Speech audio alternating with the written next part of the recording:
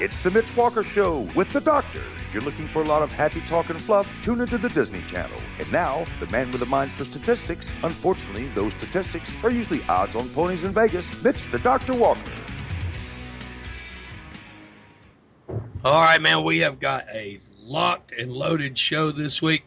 After missing last week with no voice, I'm not 100%, but we're going to give it our best tonight. Tell you what, let's run through the business according to the way it should be done each and every week, and then I will tell you what's going on. Our Pledge of Allegiance. I pledge allegiance to the flag of the United States of America and to the republic for which it stands, one nation, under God, indivisible, with liberty and justice for all. All right, we have got a bang-up show coming at you. I know that everybody's been chomping at the bit wanting to hear about the upcoming movie Shifting Gears. Well, tonight we have our Keith Harris is going to sit in with us and talk about Shifting Gears. Kathy Coulter is going to join us here in just a minute from Boyd Speedway to tell us what's going on up there this weekend. We've also got Josh Walker going to sit in with us a little bit later on and talk a little bit about crate racing and some of the things that he's got going on. And then we've got a very special guest, Mr. Jeff Lambert, is going to come on, does a lot of work with veterans and drag racing, and met him through a awesome group on Facebook, Ford Lovers Forever. And needless to say, we both love Ford, so he's going to be a natural fit. Real quick, I want to jump on here and give out a shout-out to Mark Shackelford Enterprises. If you're up around Nashville and you need some roadside service, 423-553-9494. That's Mark Shackelford Enterprises. The reason I do this is Jeff O'Neill, who we had on the Larry Kaler show, his son was stranded up around Nashville, and I put out a call on Facebook for any of my Facebook friends to lend a helping hand to a friend of mine from Texas, and Mark Shackelford jumped in there and said, here, I'll be glad to help. And racers helping racers, that's what it's all about. And I told him that I would give him a shout out on the show, and there it is. Mark Shackelford Enterprises, 423-553-9494. If you're up around Nashville and need some roadside assistance, that's the man to call. 24-hour roadside service. Came to the aid of a racer and a friend of our show. We're going to talk a little bit about Cleveland Speedway tonight, too. I posted an article over on racefansforever.org. You can find the link to it on my personal page, talking about Cleveland Speedway. And we're going to talk a little bit about Cleveland here in just a little bit. But, there are so many things that have been said in the past few days about Cleveland, but B.J. Wright, the wife of the legendary racer Dave Wright, said it best. She said, they can bulldoze the racetrack, but they'll never bulldoze the memories. And there were a lot of them made at Cleveland Speedway over the years. And it's just really sad to see it come to an end.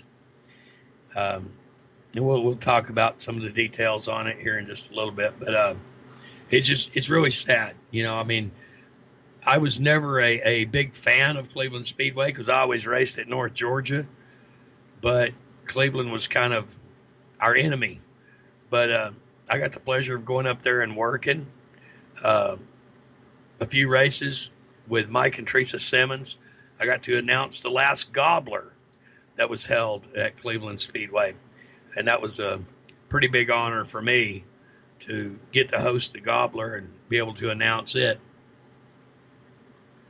I know that a lot of people are heartbroken over what's happening up there, and it really sucks. But we'll talk about it, and if you haven't read the article, please feel free to go read it.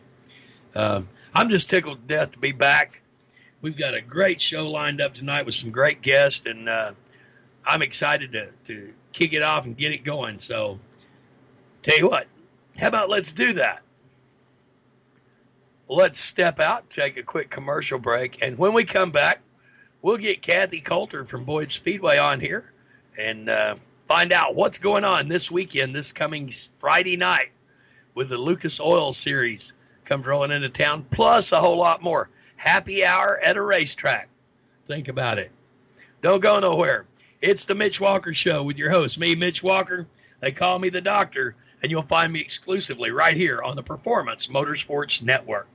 Hi, I'm Danica Patrick. Watching my nieces grow, play, and learn is amazing, but not every child gets to be carefree. 1 in 6 kids in the U.S. are hungry. This breaks my heart, and it's something that Feeding America is working to change. Each year, the Feeding America network of food banks rescues billions of pounds of good food that would have gone to waste and gives it to families in need. To help, visit feedingamerica.org. Brought to you by Feeding America and the Ad Council. Open road, here comes the Heffley family. You've packed the smartphones, headphones, tablets, water snacks, coolers, sunscreen, bikes, skateboards, games, videos, sunglasses. There's no room for people in here. Just don't wimp out on the most important thing. Deep fried butter on a stick. No, seatbelts. Whether it's a long haul or short trip, It's a win-win situation. never give up until they buckle up. Visit safercar.gov/kidsbuckleup for more information. A message from the National Highway Traffic Safety Administration and the Ad Council. You own a performance car and you know how to drive, but you want to learn real performance driving. Well, Bunky, get that car off the street and onto the track. Summit Point Motorsports Park, the Mid-Atlantic's premier road racing facility, located just over an hour from D.C. in nearby Summit Point, West Virginia, is the place to go. And you'll find that Friday at the track is going to give you what you need. For less than a monthly car payment, you can attend this regularly scheduled one-day instructional event in your street car on one of Summit Point's 3 world-class road racing circuits. You'll receive classroom instruction, skid pad instruction in their cars, including front and rear skid control, and 4 20-minute in-your-car instructional sessions from a professional instructor. Have fun, go fast, and really learn how to drive. Call 304-725-8444 for class schedules and details. That's 304-725-8444. Friday at the track at Summit Point Motorsports Park. How would you like to perform for one of the best car care centers in the nation? Louis Meineke is now looking for skilled automotive technicians to join their award-winning team, offering a highly competitive compensation plan with great benefits, a flexible schedule, and a signing bonus to the right candidate. Now, you must be ASE certified, and a minimum of 6 years' experience is preferred. Act fast. Don't miss out on this incredible, rare opportunity. Call Tim at 302-827-2054. It's the Mitch Walker Show. The name says it all. Now back to your host, the Doctor. All right, welcome back. We are working on fixing the Doctor's transposed numbers. Joining us right now on the phone from Boyd Speedway, Miss Kathy Coulter. Kathy, how you doing? Off. I got to go home with you. Or you got to go to... Man. I don't know what it is. You know, here the other day I was trying to call you, and I'm thinking, why won't she answer my phone call? Have I made her mad? And it just dawned on me, I have your number wrong in my phone. Oh, that's a good reason why.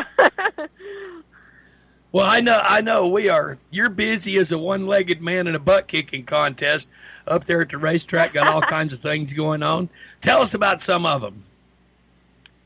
Oh, my gosh. We have so much going on at Boyd Speedway. I have so many people that I want to brag about. Rick Hyma with Home Pros Painting has been down at the track painting the walls and the Ute tires and all that stuff. And Papa Joe Allen with Allen Fools has been down there working. We're getting ready for our Luke Fuller race this Friday night. We're really, really excited. We're hoping that the weather's going to hold off for us. Hopefully it's going to be good. This morning it was 40%. Tonight we're back down to about 10, 20%. So hopefully everything's going to be good to go. We also have a concert. If everybody gets there early, it's a free concert with Cecil Allen Moore, who used to go by Pee Wee Moore, that played with the Tennessee Rounders. Been around Chattanooga for a long time playing. He's one of my favorites. I'm really glad that he could come out and help us out, try and get some fans in and help with our traffic flow that day. And he's going to be doing a concert from about 5 to 6:30. It's free with your general admission. We're also going to have happy hour, $3 beer, and dollar can Cokes in our fan zone. So everybody needs to come out and see the Lucas boys in action this weekend. Well, now I know, we done this once before, kind of on the fly. We had a happy hour, and it was a huge success, and everybody loved it, and I'm tickled to see you bringing it back. Thanks. Yeah, it's just something a little fun, everybody enjoys, or a lot of people enjoy to sit back and have a beer, and, if you don't like a beer, our drinking area is confined over into Turn 1, so, if it's not your cup of tea, then, we still have the dollar can Cokes for everybody. And, you can hang out over, we're actually going to implement the family section this year, too, where there's, no smoking, no drinking. So we got a little something for everybody. But the happy hour is a big success, and everybody can just kick back. And, it's been a long week. Storms are coming in right now and stuff like that. And everybody's tired and ready to enjoy some good racing and sit back and have a little music and drink a cold one. Well, I think that with what you mentioned, the storms, I know a real good friend of mine, Highland McCarty, who comes out to Boyd's quite a bit, hangs out with us. He just posted that, the weather situation is getting bad because he just seen the dude from the Weather Channel in Chattanooga. Oh, Lord. Okay. Well, that's okay. I'm actually standing outside of Buffalo Wild Wings in Port Oglethorpe, Georgia right now, and it's starting to drizzle rain a little bit, and the lightning's picking up a little bit, so I've got some good friends that have been sending me some messages over in Gadsden, and she said that there was 3 tornadoes within 10 miles of them. So we want to send our thoughts and prayers out to everybody that's in the line of these storms and hope everybody comes out okay. And especially all our friends and listeners over at Huntsville Speedway. Yes, there are some north of Huntsville. I heard that too. Yep. We have Robbie Edger and his group over there, and they really tune into our show, and they're big supporters of the Mitch Walker Show, and every time I've been over there, they've made me feel really welcome. If there was dirt around that racetrack, Kathy, I would almost feel as at home as I do at Boyd's. I know. I've spent many Friday nights at Huntsville Speedway. Of course, Boyd's is my home track for many reasons, but Huntsville is a very close second. I've watched many races there and have a lot of good friends in Huntsville, and everybody down there is stellar, and they have a great staff. They're all great down there. So if anybody wants to go watch a good asphalt race, they definitely need to go check out Huntsville Speedway. Yeah, Robbie Edger told me that he was going to, him and Louis Robinette said they were going to square off a place down there in the infield, and they were going to fill it full of dirt so that when I come over there on our weekends off at Boyd's, that I will feel at home because I will have dirt to get on my shoes. Maybe I need to stand in that little square with you because it's been a while since I've been to an asphalt race myself. Well, we just might have to load up and go over one weekend. There you go. We'll stock them I think that's right. I think a lot of the things that are going on at Boyd's this year, I know April is going to be just jam-packed. We've got all kinds of things coming up in April. And the Lucas Oil Series is just kind of a kickoff, isn't it? Oh, totally. And like you said, we start off this Friday, March 23rd, with the Lucas Oil Series, $12,000 to win. Then April 7th, our ticket is a little bit higher for the Lucas show, unfortunately, because it is a bigger purse. And, it's a little bit harder to get those folks into town. So what we're going to do on April 7th, we're going to have $5 fan appreciation night. So everybody that comes through the gate in the grandstands, it's $5 to get in. We'll have, that lightning was really bad, sorry. We're going to have a regular night of racing, and we're also going to have our Power Wheels race. We had it back in October at the Craig Reese Memorial, and it was a huge hit, so we're going to bring those kids back in and have some fun with that. And then Friday, we're back on Friday again. On Friday the 13th, April 13th, we're going to have the 525 Nissan season opener. That's going to be a huge event, and then the next night they're going to North Georgia Speedway. Then on April 21st, it's going to be a promoter's grudge match, and you're actually going to see myself and Chip Burke race each other, and then Kevin Burke and David DeFelici are going to race each other too. So that's going to be a kicker to see, and we're going to have a little points competition going on with our limited late model guys. It's going to be a lot of fun. Our next 4 events are going to be pretty cool. Well, hey, I really hate to say this, but I'm putting my money on you now. I hope so. Hey, I've got a secret weapon now. I'm going to go ahead and let my secret out. Ronnie Johnson is going to be taking me down to the racetrack, and he's going to be my coach. So I think I pretty much have the best in the business that's going to be helping me out. So Chip better be scared.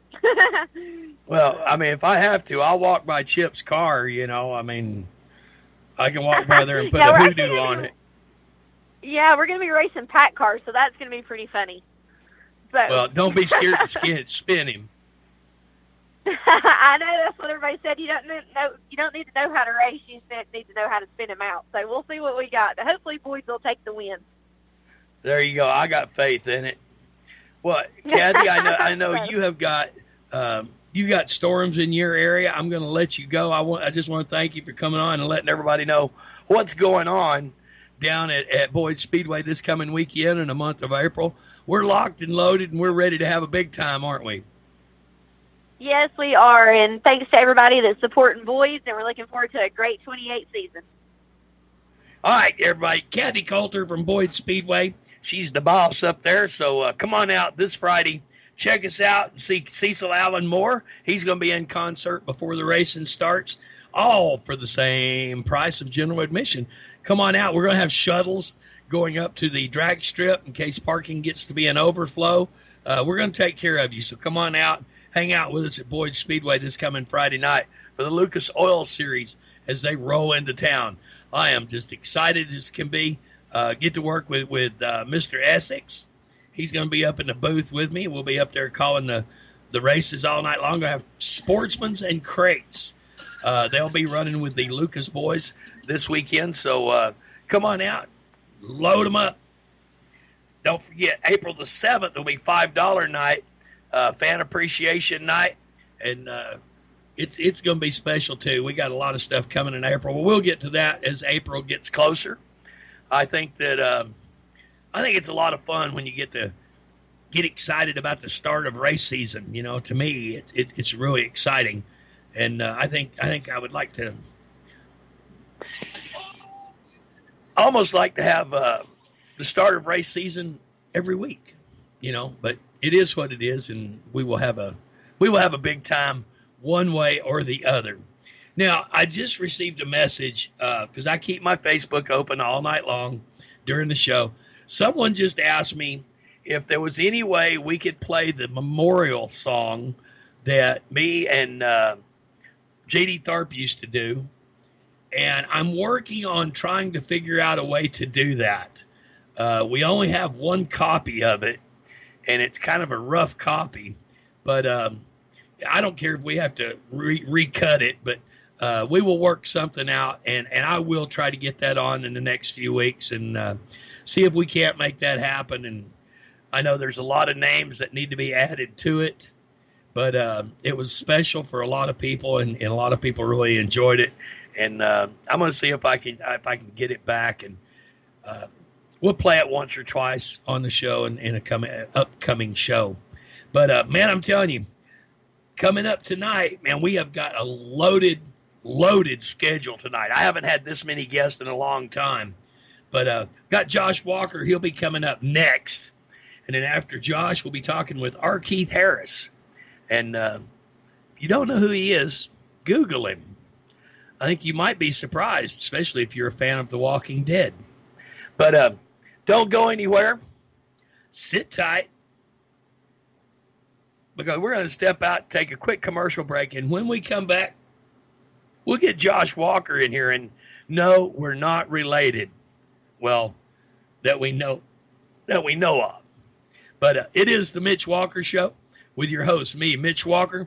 They call me the Doctor, and you'll find me exclusively right here on the Performance Motorsports Network. You own a performance car and you know how to drive, but you want to learn real performance driving. Well, Bunky, get that car off the street and onto the track. Summit Point Motorsports Park, the Mid-Atlantic's premier road racing facility, located just over an hour from D.C. in nearby Summit Point, West Virginia, is the place to go. And you'll find that Friday at the Track is going to give you what you need. For less than a monthly car payment, you can attend this regularly scheduled one-day instructional event in your street car on one of Summit Point's 3 world-class road racing circuits. You'll receive classroom instruction, skid pad instruction in their cars, including front and rear skid control, and 4 20-minute in-your-car instructional sessions from a professional instructor. Have fun, go fast, and really learn how to drive. Call 304-725-8444 for class schedules and details. That's 304-725-8444. Friday at the Track at Summit Point Motorsports Park. Green light. Hey girl, school zone. I'm getting hungry. Car changing lanes. You want to meet me for pizza? Stop sign. Intersection clear. Yeah, street. Pizza sounds good. Ball in street? Girl in street! It's hard to concentrate on 2 things at once, like texting and driving. Stop the text, stop the wrecks. How will you stop texting and driving? Tell us at stoptextstopwrecks.org. Brought to you by the National Highway Traffic Safety Administration and the Ad Council. Here's an important message from RAD and this station.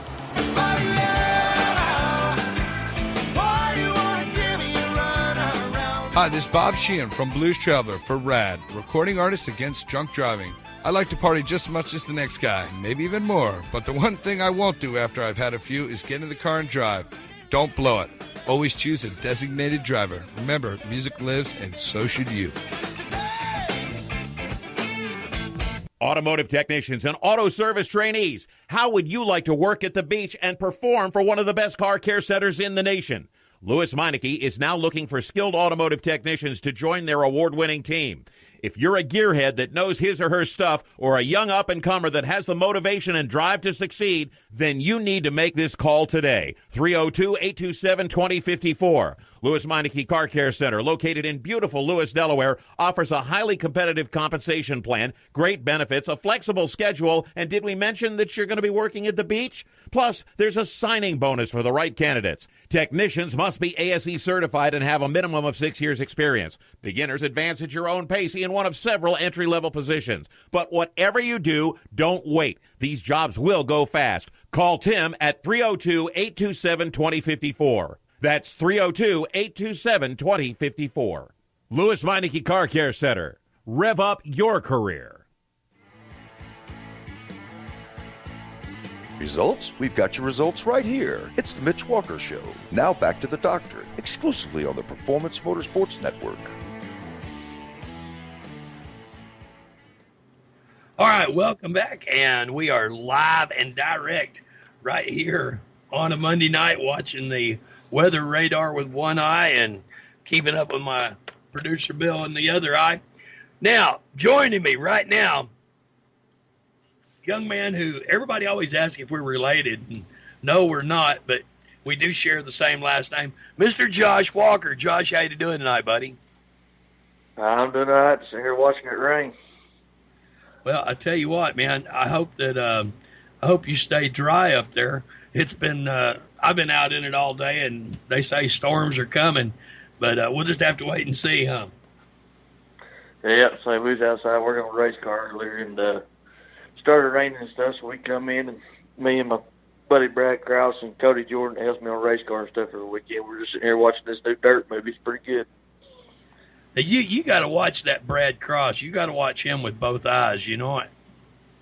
Yeah, both eyes looking 2 different ways. He hadn't been right since he hit the wall over there at Cleveland that night. No, that's a pretty rough deal. I was there that night. We was all worried about him. I'm glad he's all right. I had him on my show right after that. It was probably a couple of weeks. We let the bells quit ringing in his head. We got him on the show and was talking about that. But proper safety equipment helped save him that night. And I know that you work real hard on your safety program too, don't you? Yeah, we've been really upgrading some stuff here since Brad's accident and some other things that happened, and say my bad wreck at Cleveland. Say those are the memories at Cleveland we don't really care about or care to remember, anyways. I know that B.J. Wright, racer Dave Wright's wife, said it best earlier tonight. I was reading it right before I came on. She said, they can bulldoze the racetrack, but they'll never bulldoze our memories. No, that's right. They'll never bulldoze any memories. And boy, I know Cleveland made quite a few of them. I know when we done it, I didn't realize that it was going to be the last gobbler, but I got to announce the last gobbler at Cleveland Speedway, and that was pretty special for me. Yeah, my last gobbler at Cleveland was actually my first race in crate, in my own crate car, anyways. So that's always a memory. It didn't go as planned, but we didn't tear nothing up that night. We finished the race, so we'll take it. Well, Josh, I know that you have been you had a pretty good year last year, didn't you? Yeah, we had a pretty good year.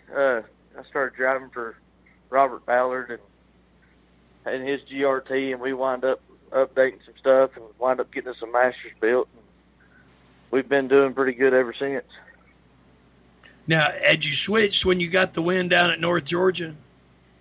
No, we was actually still in the GRT when we got both wins at North Georgia.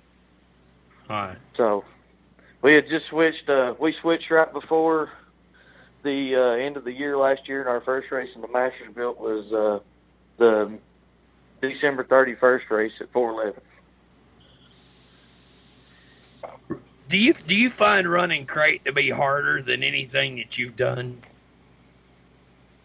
It's most definitely not the easiest.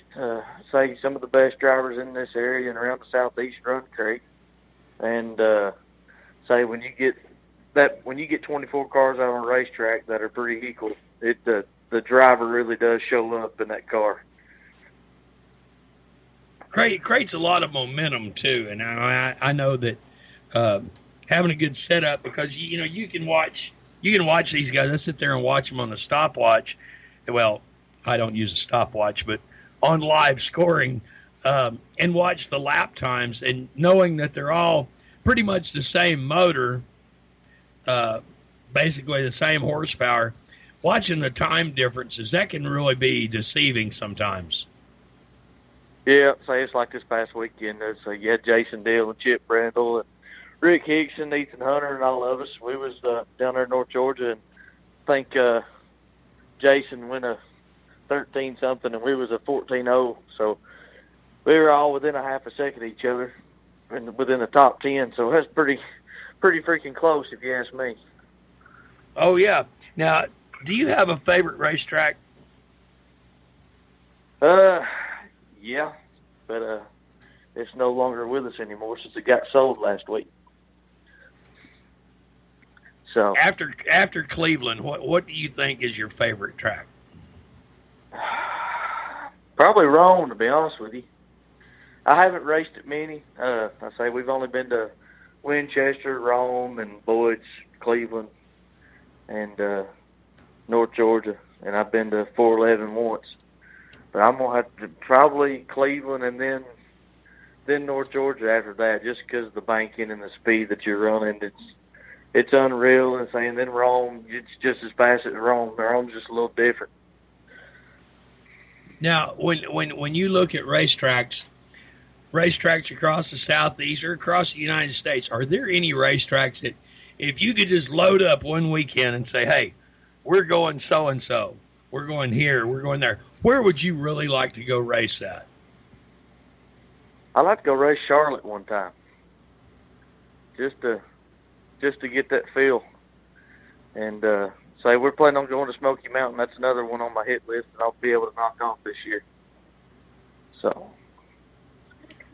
I'll tell you, if you ever get a chance, slide over in the middle of God's great nowhere to what is now ECM, Earl Cates Memorial Speedway over in Arkadelphia. It's different, but that has got to be the smoothest racetrack I have ever rode on in my entire life. Booger Brooks went over. He liked it. He said he didn't care much for where it was at because it is seriously out in the middle of nowhere. But it is a really, really smooth racetrack over there. Yeah. So probably about the smoothest I've been on Boyd's. It's pretty much smooth just about every weekend, every time they race. And you really don't have to worry about it being rough and tearing up equipment or anything like that. So if it's anything like that, it'd be fun. Now, do you have any plans of stepping up any higher, or are you just going to stay in crate for a while? I'm up for anything. If plans work out, money comes available, or sponsorship, or motors, or anything, I'm willing to try anything once. It don't bother me one bit. But crate's mainly what we're focusing on right now. I still got my sportsman car, my 602. We'll go hit up some of them races, but for right now, we're just going to mainly keep our mind in crate and see how that goes. Well, now, I don't know if you heard or not, but coming up, what did she say? I believe she said it's going to be the 7th, I believe, of April. They're going to have a promoters race. Kathy is going to race Chip Burke, and David Duplessis is going to race Kevin Burke. Who's your money on? My money's on Kathy. My money's most definitely on Kathy. They're racing pack cars. Yeah. I still got my money on Kathy. like I told her, I said, hey, if all else fails, spin him out. Right. It ain't like you won't hurt anything. Just dignity and pride. That's about it. That's right. And I always said if you ain't never spun out, you ain't driving it hard enough. I can understand that. So are you planning on staying here local this year? I mean, racing around here, or are you going to do any traveling? We'll probably just race local stuff around here. Say Robert's got some tracks he wants to go hit up, and say like Smoky Mountain, Rome, and Dixie, and we'll probably go to Talladega a couple of times this year for those big NASCAR weekends. And I ain't never raced at Talladega, so that's another place I want to knock off my list as well. And talking about maybe going to Crossville. I know we're not going to be racing at Boyd's every weekend, so I'm probably going to be bouncing around some of our off weekends. I'm going to venture over to Huntsville Speedway and check out an asphalt race or two over that way, and may venture down to Dixie and see what's going on down that way. But there's one track that I've really been wanting to head over and check out, and that's Cherokee Speedway over in Gaffney, South Carolina, because that's where they filmed this movie that we're going to be talking about next, Shifting Gears. That's where it was filmed at. I'd like to go over there and check that place out. I think it looks like a pretty good racetrack. Yeah, they say Gaffney, they got a couple of 602 races for that Thunder Series 602 stuff. We've been talking to Lee Gray and Jimmy Gray over at North Georgia Motorsports, and might try to go hang out with them over in Gaffney one day to put that 602 in and see how we do up there. I think that I think, there's lots of racetracks around, and I'm sure all of them are pretty good racetracks for the most part. But, there's with the closing of Cleveland, there's another one opening down by Savannah called Daisy Speedway that is supposed to be Kokomo South. Now, I don't know if you've ever seen Kokomo Speedway up in Indiana, but it is 125 feet wide. Yeah, it's pretty wide. It's twice as wide as Boyd's. And Boyd's is pretty wide too. But so to that's think, a pretty wide racetrack. To think, that they're going to be going 4 abreast down there. I've been to Kokomo a couple of times, and that place is pretty wild. You're either hooked down on the bottom, running the bottom, or you're way up top rim riding. And, Man, if you go on YouTube and look at some of the videos from that place, it is bad, fast, wide open racing up around the top. Yeah, say about the only time I've ever seen Kokomo's on our factor where me and Brad used to race online all the time. That's about as close to Kokomo's we've been. Now, y'all race online a lot. I know Brad does. Have y'all got started on iRacing? Yeah, we've been racing since probably 2009 or 10. And say when that dirt stuff come out, we pretty much dropped our factor and just been doing iRacing. So he's pretty heady. I mean, he's full bore online just about every night racing it. And say right now that's the only racing he's able to do right this minute. Him and his brother's getting a front wheel drive car put together to race at Boyd's. So we'll have another front wheel drive out there at Boyd's to race against and hopefully compete up front with. Well, I tell you what, it'll be fun to watch them and then to watch their mama in the grandstands when they're racing. So, that's a show in itself. You got that right. Well, buddy, man, I tell you what, I'm going to have to let you go. But, Josh, good luck this year, and hopefully we'll be calling your name out quite a bit up close to the top of the list. Yeah, let's hope so. Say Robert's got us going good if we just get the car going that right direction, and hopefully we'll be able to capitalize on the year that we ended with last year. Well, man, I'm looking forward to it. Best of luck to you, and reach over and smack Brad Cross for me next time you see him. Will do. All right, Josh. Josh Walker, crate driver, running rider. He lives in Ringgold, races around here, Boyd's, North Georgia. You can see him just about anywhere. Come on out and check him out. All right, we're going to step out here in just a second and take a quick commercial break. But real quick, I got two things I want to throw out there. Longtime racing fan, worked at North Georgia a lot back during the Jason Jones years. Katie Evans. She is, everybody knows her, probably one of the sweetest young ladies you could ever meet. She needs our prayers right now. She is, they have transported her to Emory, some heart issues, and just want to ask everyone to keep Katie in your prayers. And also, we've talked about Cleveland tonight. One of the things that always made Cleveland fun was a woman named Viola. Not even going to try to pronounce her last name, but everybody knows who I'm talking about. Viola she's always taking pictures and videos and letting everybody know what's going on. Well, her husband, Bill, he was battling lung cancer last year, and they found out that it's coming back. So they're going to be going through a whole nother situation with the doctors and the medical issues. So keep that family in your prayers as well. They say that prayers work. Well, I really and truly believe that they do. And, somebody made the comment one time, well, I can't believe that you would ask for prayers on your radio show. And I said, well, why not?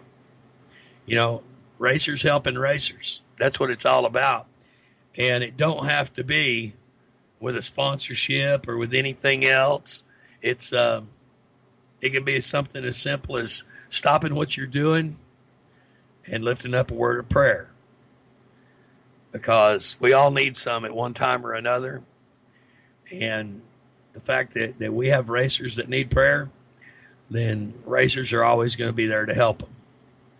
And I know that when Teresa Simmons posted the post on Facebook about Viola, I know probably 10 of the first names that popped up there were all racers. And reaching out and letting Viola know that we were praying for her. So if anybody's listening that knows Viola, let her know that we're praying for her on the show and putting it all in God's hands. All right. We're going to step out, take a quick commercial break, and when we come back, we're going to shift gears. Hey, imagine that. How about shifting gears?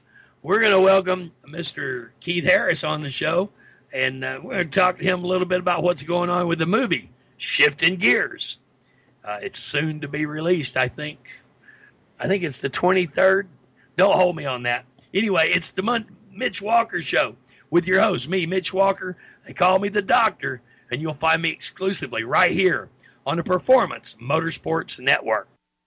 When do you think of a plumber? Like most people, even if it's an emergency, you can be confident about who will arrive to help you. For quality and reliability, count on someone you can trust. Call on the plumbing services of Hague Quality Water of Maryland. Plumbing doesn't have to be an emergency. We handle all kinds of preventative maintenance too. Hague Quality Water of Maryland is family-owned here in Annapolis since 1993. For a refreshing choice, call us at 888-84-WATER or visit us online. Here at Lewis Meineke, we're more than just your average car care center. Hey, it's Dave, your neighbor from Lewis Meineke. Whether you need an oil change, brakes, tires, or anything under the hood, we've got you covered. Take advantage of our free check engine light service as well. Yes, free. And don't forget about our free shuttle service. Never stress, we'll take care of the rest. On with life. Give us a call at Lewis Meineke, 302-827-2054. Every 30 minutes, another innocent person is killed due to a drunk driver. My best friend. My brother. My poor grandchild. My sister. My father. My husband. My mom. My mommy. Well, I've been afraid of changing, 'cause I've built my life around you. Stop these tragedies before they happen. Don't drink and drive. Do you love the sound of high-revving motors and the smell of burning rubber? Do you want to get your car sideways right at the ragged edge of control? If you've always wanted to try drifting or learn to improve your drifting skills, Summit Point Motorsports Park, the Mid-Atlantic's premier motorsports facility, has the expert instructors and the specialized track to teach you how to drift and the skills necessary to drift competitively. From skid pad to open sessions, Summit Point Motorsports Park has the safe and open environment that allows drifters of all skill levels, new to intermediate, to get sideways and smoking. With a focus on safety and the skill set necessary to drift competitively, Summit Point Motorsports Park's Drift Nirvana is just the thing for you. Call for your reservation today, 304-725-8444. Or for more information, go online, summitpoint-raceway.com, or you can email them at office@bsrinc.com. Drift Nirvana, getting you sideways the right way. If you own a gun, you have a full-time responsibility. When you aren't using it, be sure it can't get into the hands of curious children, troubled teenagers, a thief, or anyone else who might misuse it. Your family, friends, and neighbors are all counting on you. Remember, always, lock it up. For more information on firearm storage safety, visit ncpc.org. This message brought to you by the National Crime Prevention Council, the Bureau of Justice Assistance, and the Ad Council. It's the Mitch Walker Show. If you're looking for a lot of happy talk and fluff, go watch NASCAR coverage on Fox TV. Now, here's the Dr., Mitch Walker. All right, welcome back. You know, I'm going to jump right into this one because this is just too good to waste any time on. Joining me right now, one of the main men behind the movie Shifting Gears, Mr. R. Keith Harris. Keith, how you doing tonight, buddy? Hey, Mitch, how you doing, bud? Man, I'm finding a frog that's in its place. Can you hear me okay? I'm having a little trouble hearing you. Yeah, that was I had a technical issue on my end. I was pulling some things up and started getting some other stuff going on there, but we got it figured out. Now, March 23rd, right? That's right, this Friday. Now, man, I know you have put countless hours into this, both on the production end of it, the getting the movie in the can, and then the real work starts, don't it? Yeah, man, that's the truth. That's the truth. That is the truth. Yeah, we got. Go ahead. Go ahead. No, I know that over the past 6 or 7 months, you and I have touched base a few times and talked back and forth. I know that, now hang on just a minute. I just got a message from one of my dear friends and friend of the show. He's on here quite a bit. He said, and this is from my buddy Bill Blair. He said, Mitch, Sheila and I just went to the premiere of Shifting Gears in Kannapolis. It's a great racing family movie. We sure enjoyed it. Bill, Bill's great. That's the one thing I appreciate about Bill, man. He'll straight up tell you like it is to your face. He don't care who you are. And he came out to Kannapolis. We had a closed screening, and he came out, man, and he did really seem to enjoy it. And as far as I'm concerned, that's a home run. Oh, I'll tell you what, if there was just kind of off topic here for just a second. There was a movie come out on CMT about this same time last year that NASCAR had done. It was a 3-part miniseries on the world of speed, the history of NASCAR. And after the first episode aired, my phone blew up. Bill Blair called me and he said, Doc, we got to do something about this. He goes, that was total crap. And so me and Bill Blair, we worked on it for a week or two, and we come on and we done an entire 2-hour show and pretty much corrected everything that they screwed up. That's awesome. But Bill's my buddy, and I've been kind of under the weather the past couple of weeks with no voice. And the other day, just out of the blue, I get this phone call, and I answered the phone with my froggy voice, and, hello. And he said, I just wanted to see how you was doing, make sure you was still alive. And to get a phone call from him just out of the blue, man, that meant the absolute world to me. And for him to come on and say that your movie is a great movie, man, I'm telling you, that right there makes me want to go see it even more. Man, that's great. That's great. Love Bill. Thank you, Bill, if you're listening. But now tell us a little bit about this movie. Yeah, man. Well, it actually, there was a buddy of mine that worked at a garage for about 10 years, and he just, he kept a journal of kind of funny things that happened to him at the garage over the years. And him and some buddies used to run a dirt track car. I think they had a Renegade class car. He had a loose idea of, kind of a story and this journal, and that's kind of all he really had. And we sat down to lunch one day, and long story short, he typed up his journals, and I went through them and kind of thinking about this loose story and turned it into this, this family and this garage. And long story short, there's, tent pole moments that sort of happen in the film that, actually, happened at this garage to him that I built into the storyline. And and it's just about this. The quick pitch is it's We Bought a Zoo meets Days of Thunder on a dirt track. It's just about this family that's trying to start over.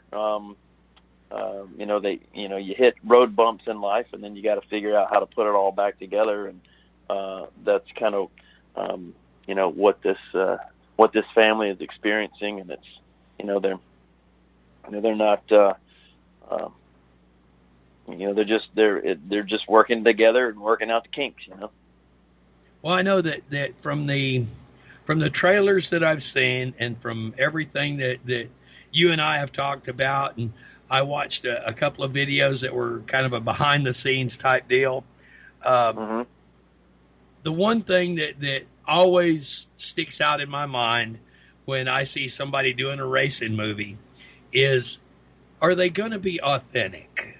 Is it going to be religiously right, and that is the one thing that I noticed about your movie from Jump Street was that you were doing what it took to make sure that the racing part of it was portrayed correctly. And you didn't play it off to where the racers were a bunch of stupid hick rednecks.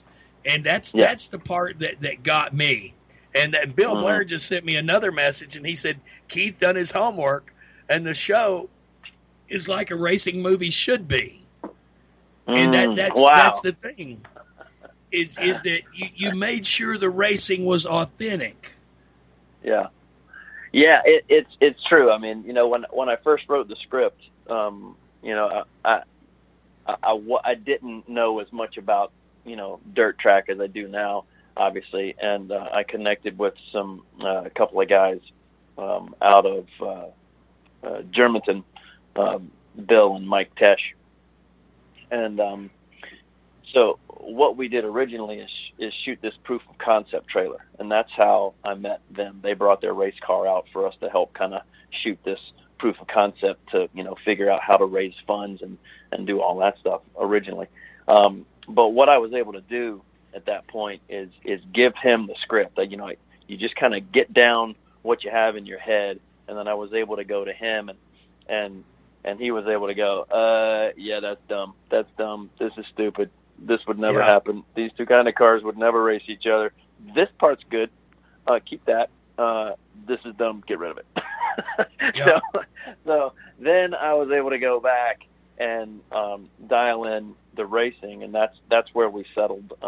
Eventually settled on the crate late models, and so we settled on that, and then I was able to kind of dial in the racing from there, and and even as we got farther into it, and I actually got my hands on the cars, and we're actually able to drive them and that kind of thing, then even more so, trying to dial in that authenticity, because at the end of the day, it was funny.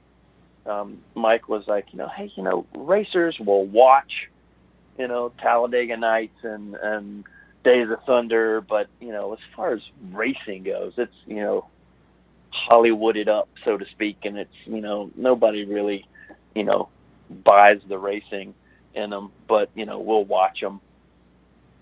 And the way I was coming at it was I wanted to honor the fan base, and I wanted to have racers come to this and have them throw as few red flags as possible. And I hope we came really close to that. That was the goal.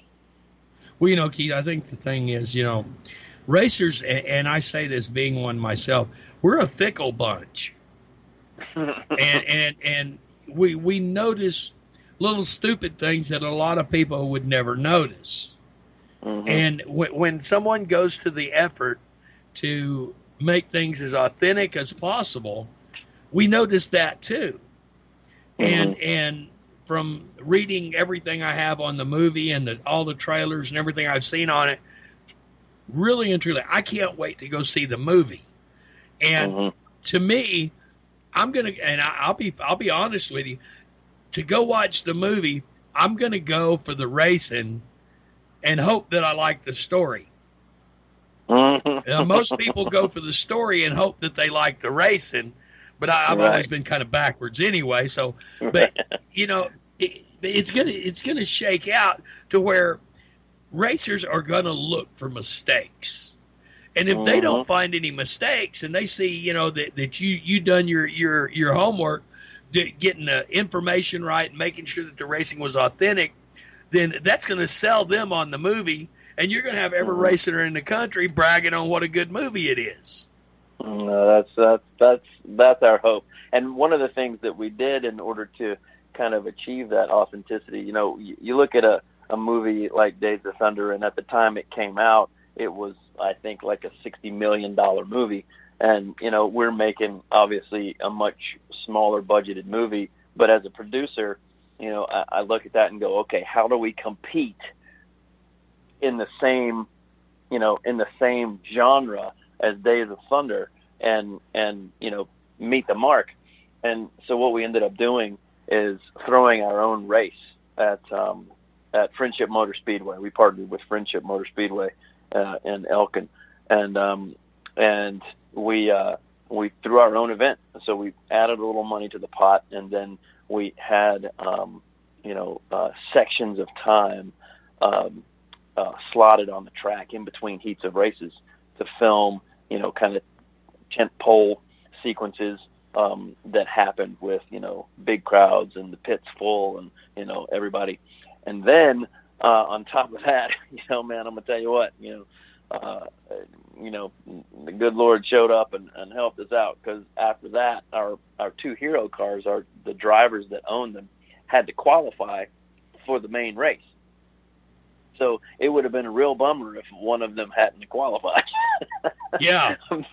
But they both qualified. They got in the main race, and it also would have been a real bummer if one of them had been put into the wall or anything like that. But we had 7 different cameras running during the time, including an aerial unit, covering the crowds, covering the stands, covering the track, covering the cars, the pits, and everything. And we were able to get, capture all the race action.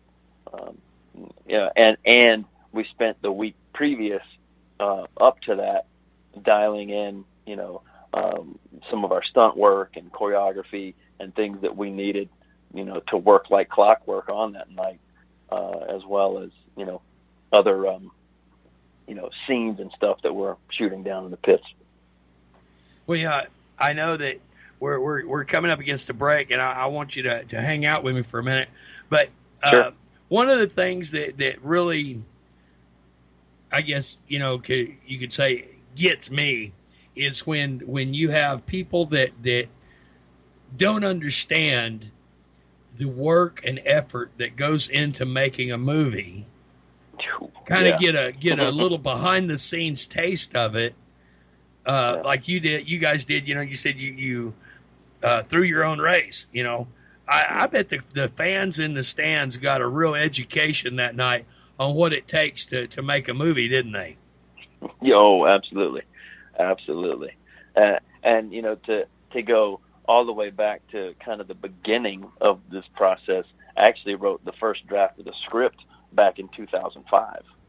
And then it really kind of started getting traction around 2010, 11. And we were close to production at one point, and we were going into production in 2012, and our financing fell through. And actually, in hindsight, as hard as that was, I thank the good Lord that it did, because we would not have, even if we had pulled it off, we would not have had near the movie that we have now, since we partnered with the Alderman Company. Well, tell you what, sit tight. We're going to step out and take a quick commercial break, just a minute or so early. And then when we come back, we're going to shift gears and talk a little bit more about that. And sounds good. I think it's something that will help people understand and will make the movie mean that much more to them. So sit tight with me, Keith. I'll do it. On tonight's show, it's the Mitch Walker Show with me, your host. They call me the Doctor, and my special guest, Keith Harris, from the movie Shifting Gears. And we're going to come back here in just a second and talk more about that right here exclusively on the Performance Motorsports Network.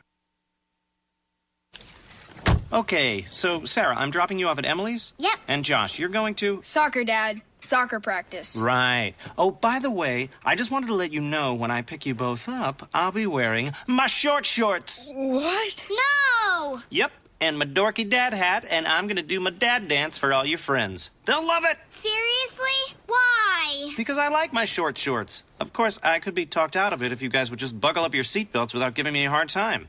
It's important to get your kids to buckle up for safety, no matter what it takes. And sometimes, all it takes is your parental powers of persuasion.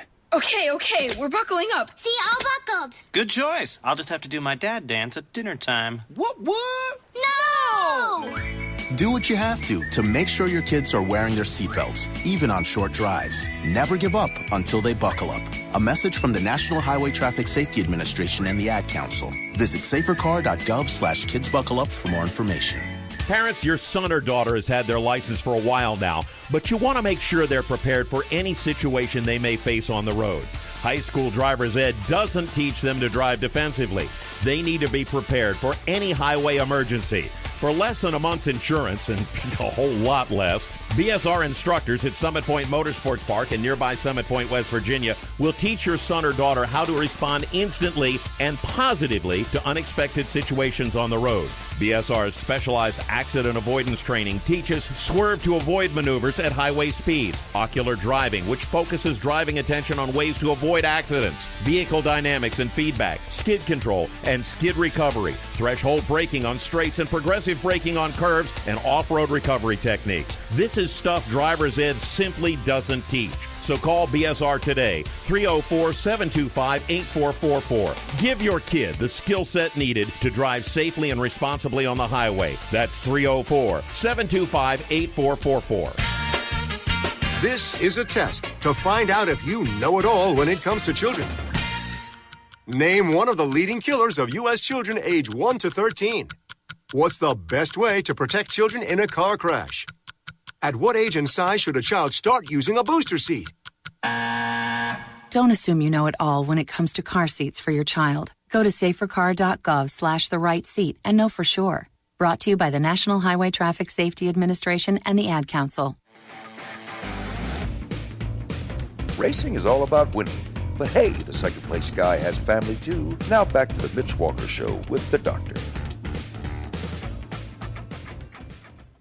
All right, welcome back. Sitting with me on tonight's show talking about the movie Shifting Gears is Mr. Keith Harris.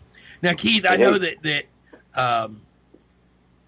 you talked about how this all came about a few years ago when a friend of yours had worked at a gas station and, you know, he kind of put all his notes together.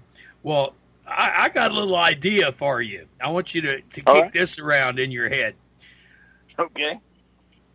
There's this racetrack, and it has this awesome announcer, and he wears a handlebar mustache. No, I'm just... Yes. Yes, I love it. But, yeah, you know, we were talking before the break. That was from my buddy Bill Blair. Him and I were talking during the break. But, you know, there's a lot of things that goes on behind the scenes. I mean, you know, in pre-production, production, and post-production, and it's all hidden from the fans.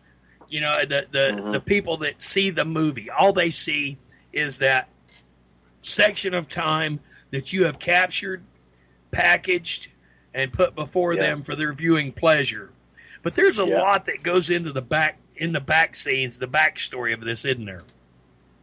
Absolutely. I mean, I kind of equate it to, you know, the concept of, you know, some people that aren't really into racing look at racing and go, you know, I don't understand why you want to sit around and watch cars go in a circle.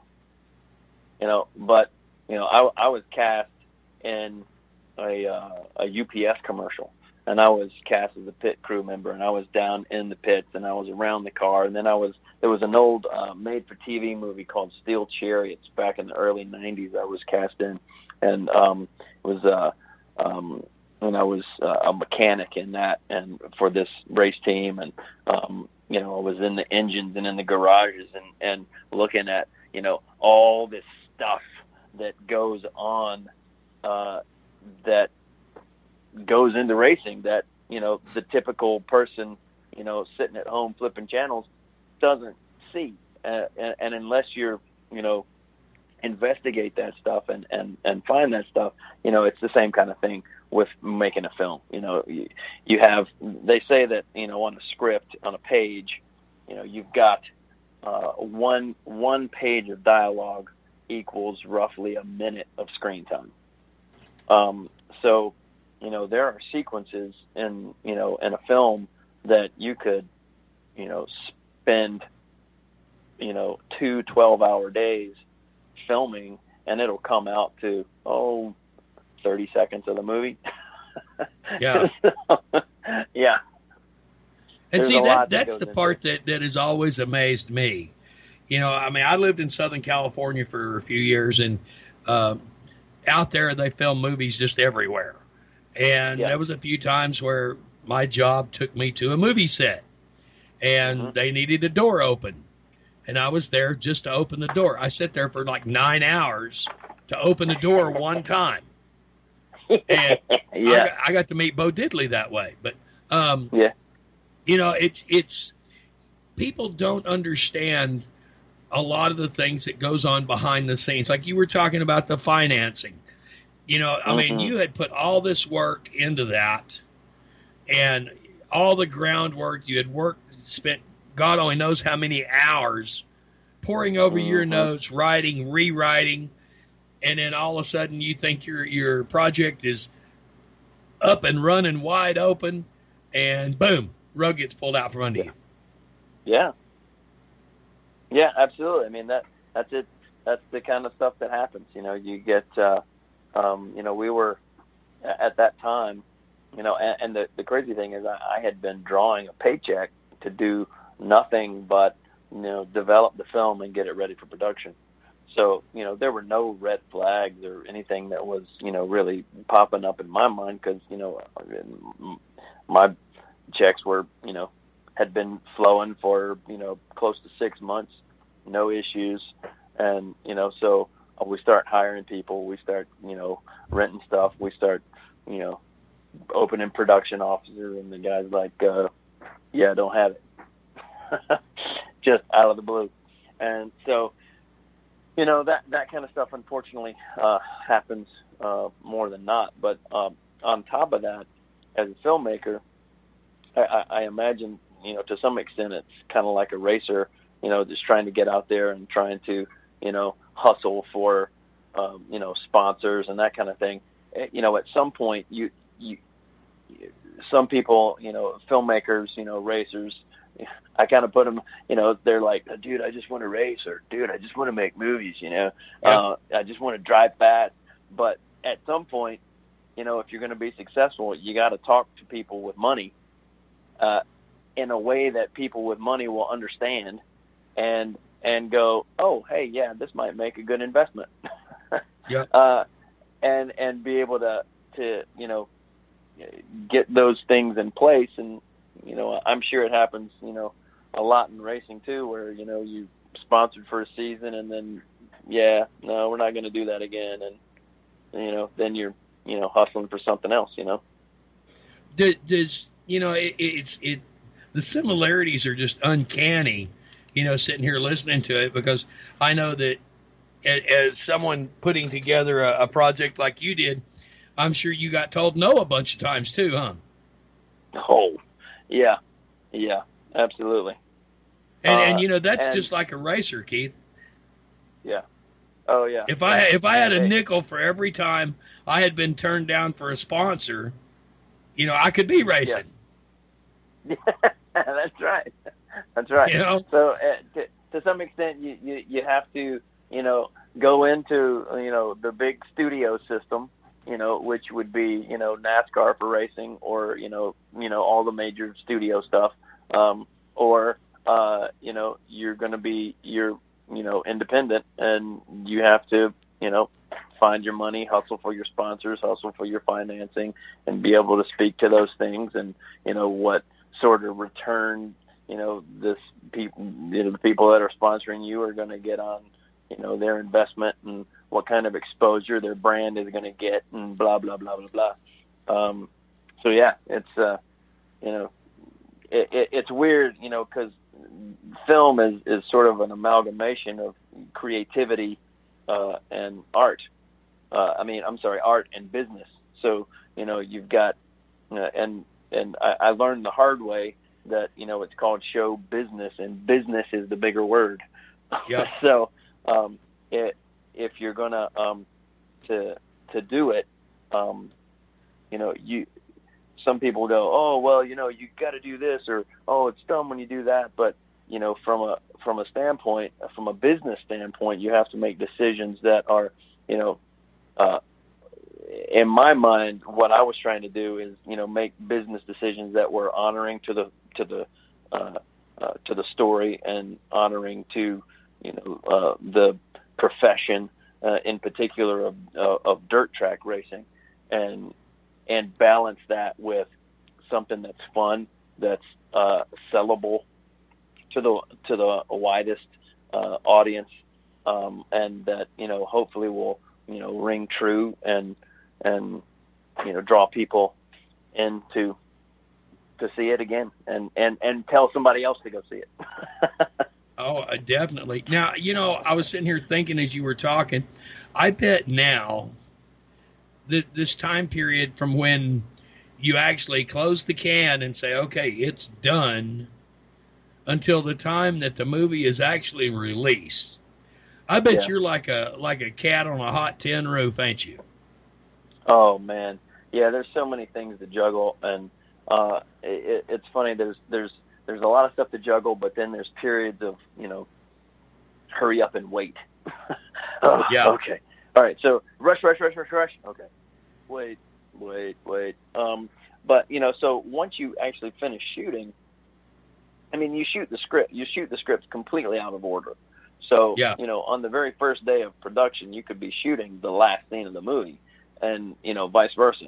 So once that's done, then it's all got to get put into a system. You got to look back at the script. The editor's got to go through and do what's called an assembly edit, and that's the very first, picture from soup to nuts. It's always long. It's always wrong.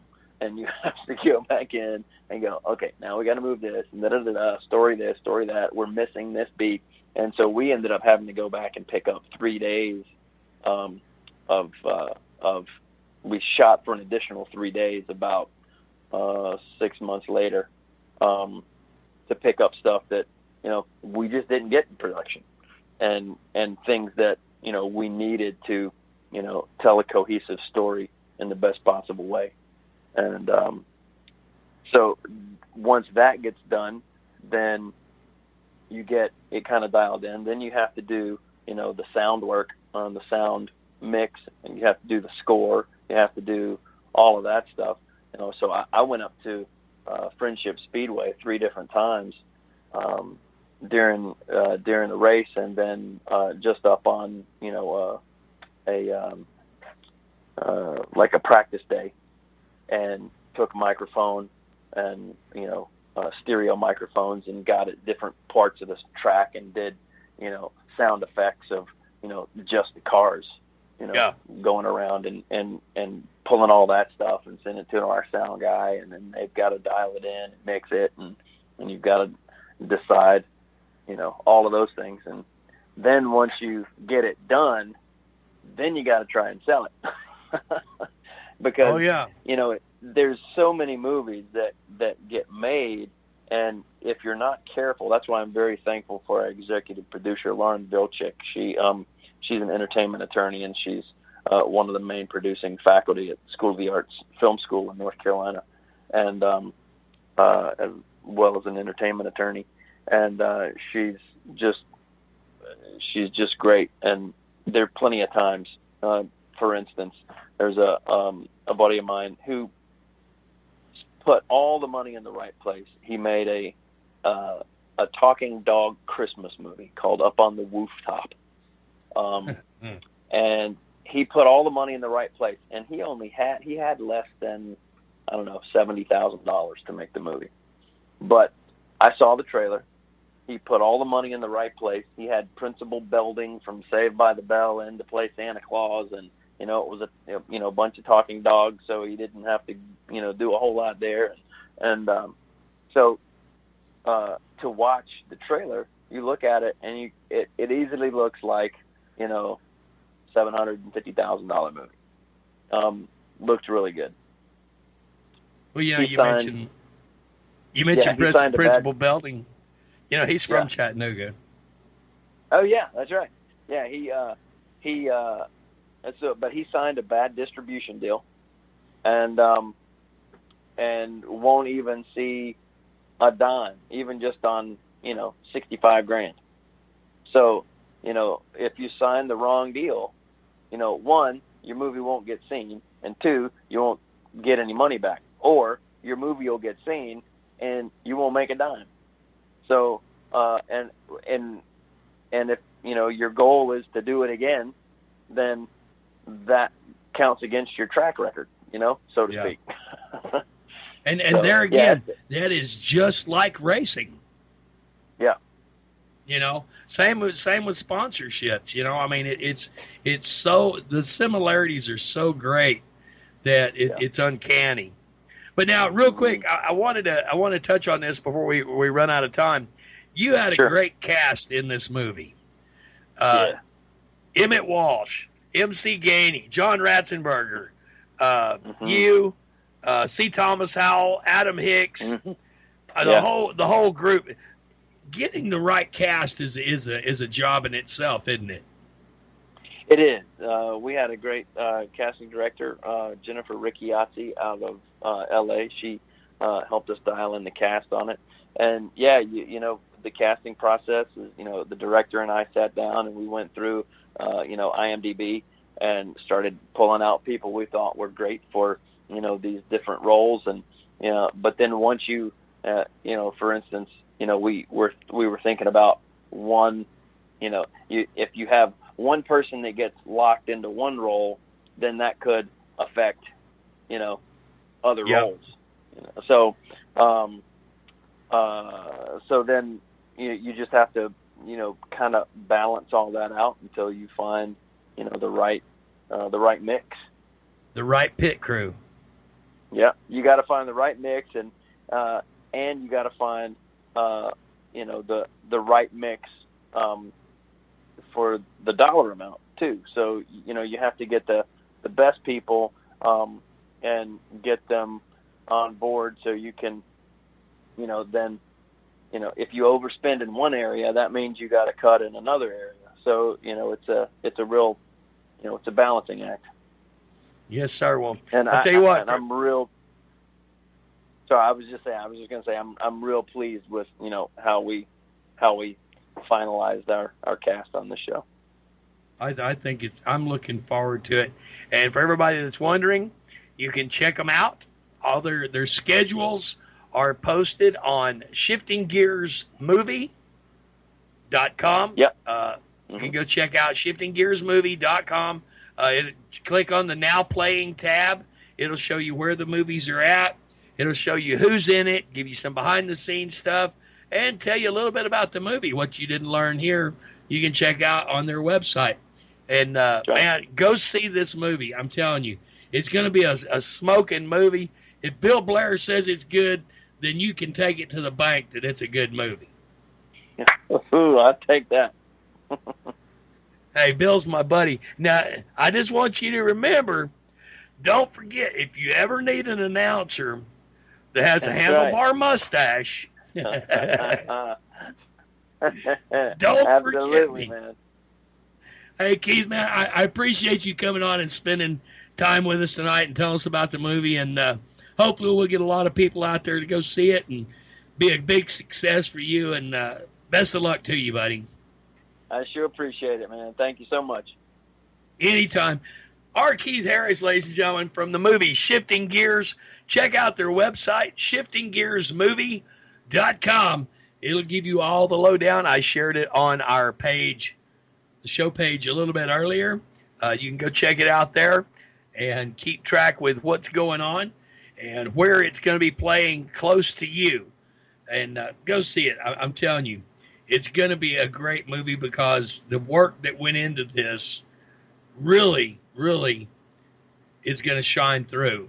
The authenticity, that's a big word that I had to pay 50 cents for, but that's going to shine through in the work because Bill Blair said it did. And when you have a racer like Bill that goes and sees it, he approves it and says it's a good movie, then I'm going to be spending my money to go see it as well. But just keep that in mind. Shifting Gears, the movie, shiftinggearsmovie.com. Check out their website. They have a Facebook page. Go check that out. And tell you what, we'll be right back. We're going to step out and take a quick commercial break, and we're going to be talking a little bit about drag racing. So don't go nowhere. It's the Mitch Walker Show with your host, me, Mitch Walker. They call me the Doctor, and you'll find me exclusively right here on the Performance Motorsports Network. Excuse me. I know you have a 9 o'clock, so I'll keep this short. I'm the business suit in the back of your closet. You wore me nearly every day before your office went, quote, casual. I used to be the CEO of your closet. Now I'm just that one intern no one ever talks to. I always thought you'd circle back with me. Get granular. Keep me in the pipeline. But nada. Nothing. Don't you remember the McKittrick presentation? You spilled coffee on me, and I still looked amazing during the breakout talkback Q&A. So, I think it's time for me to move on. I've got a great resume, and I absolutely crush it in interviews, okay? Let's make this a clean break. Shift the paradigm. The only thing I ask is that you think outside the box here and do this. Take me to Goodwill, where I can really make a difference. Your donations to Goodwill create new jobs, training programs, and education assistance for people in your community. To find your nearest donation center, go to goodwill.org. Donate stuff. Create jobs. A message from Goodwill and the Ad Council. Parents, your son or daughter has had their license for a while now, but you want to make sure they're prepared for any situation they may face on the road. High school driver's ed doesn't teach them to drive defensively. They need to be prepared for any highway emergency. For less than a month's insurance, and a whole lot less, BSR instructors at Summit Point Motorsports Park in nearby Summit Point, West Virginia, will teach your son or daughter how to respond instantly and positively to unexpected situations on the road. BSR's specialized accident avoidance training teaches swerve to avoid maneuvers at highway speed, ocular driving, which focuses driving attention on ways to avoid accidents, vehicle dynamics and feedback, skid control and skid recovery, threshold braking on straights and progressive braking on curves, and off-road recovery techniques. This is stuff driver's ed simply doesn't teach. So call BSR today, 304-725-8444. Give your kid the skill set needed to drive safely and responsibly on the highway. That's 304-725-8444. When do you think of a plumber? Like most people, even if it's an emergency, you can be confident about who will arrive to help you. For quality and reliability, count on someone you can trust. Call on the plumbing services of Hague Quality Water of Maryland. Plumbing doesn't have to be an emergency. We handle all kinds of preventative maintenance too. Hague Quality Water of Maryland is family owned here in Annapolis since 1993. For a refreshing choice, call us at 888-84-WATER or visit us online. Here at Lewis Meineke, we're more than just your average car care center. Hey, it's Dave, your neighbor from Lewis Meineke. Whether you need an oil change, brakes, tires, or anything under the hood, we've got you covered. Take advantage of our free check engine light service as well. Yes, free. And don't forget about our free shuttle service. Never stress, we'll take care of the rest. On with life. Give us a call at Lewis Meineke, 302-827-2054. You're listening to The Mitch Walker Show. You want half-naked girls, singing, and sound effects? Go watch American Idol. Now, here's the Doctor.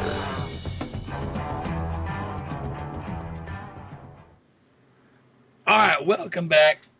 Joining me now from Armed Forces Racing, fellow Ford lover, Mr. Jeff Lambert. Jeff, how you doing tonight, buddy? Hey, good, Mitch. How are you? Man, I'm finding a frog hair split 3 ways and sanded. Oh, that's good.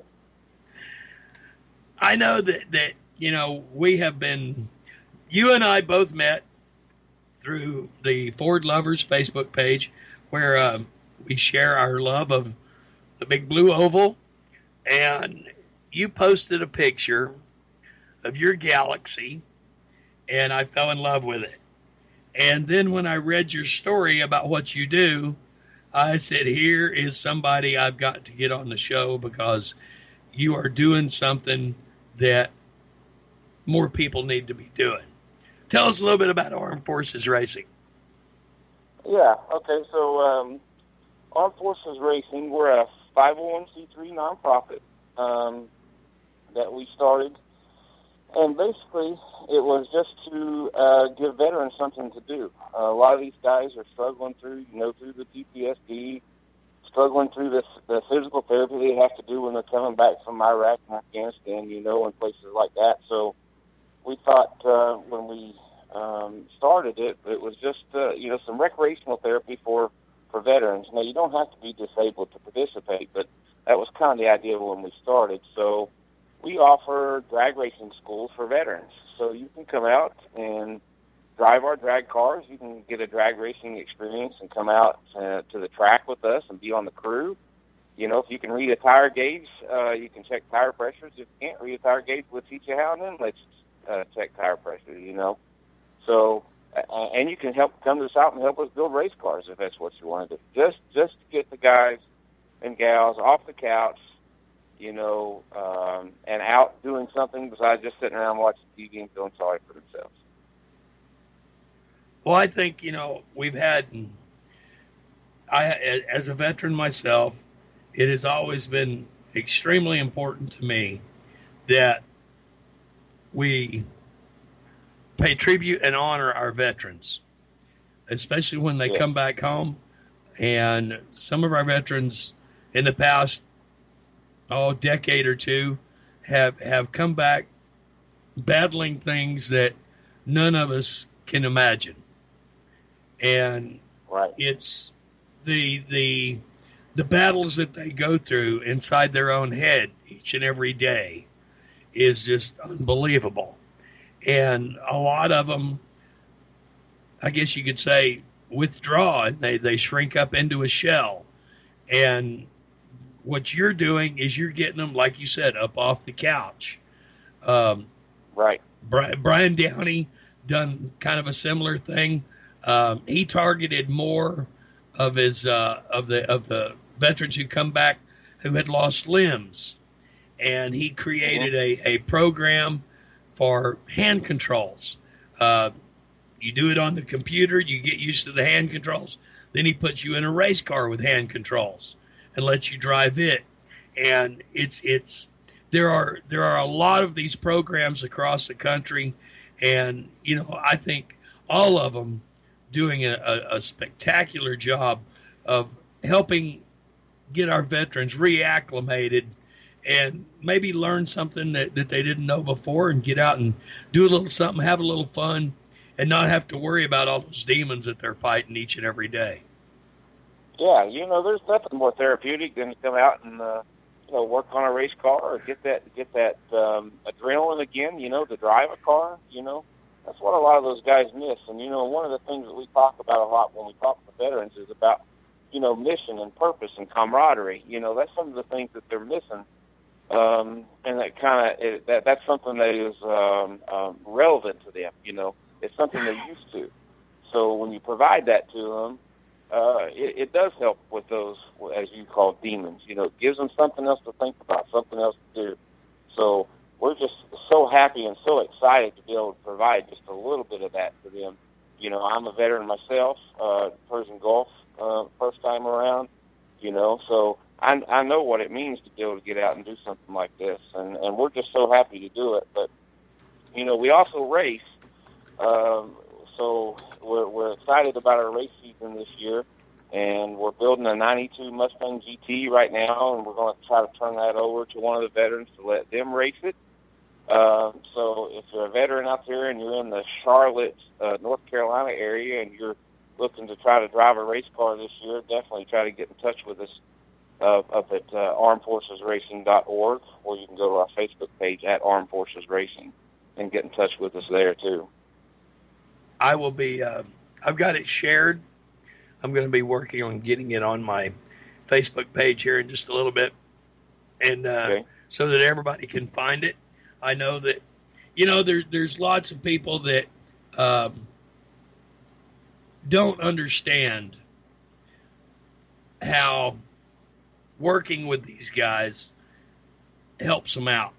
And, you know, I have talked with a couple of the guys that have worked with Brian Downey. I've talked with some of the guys that have went through some of these other programs and been part of it. And to see the sparkle it puts in their eye makes it worth it.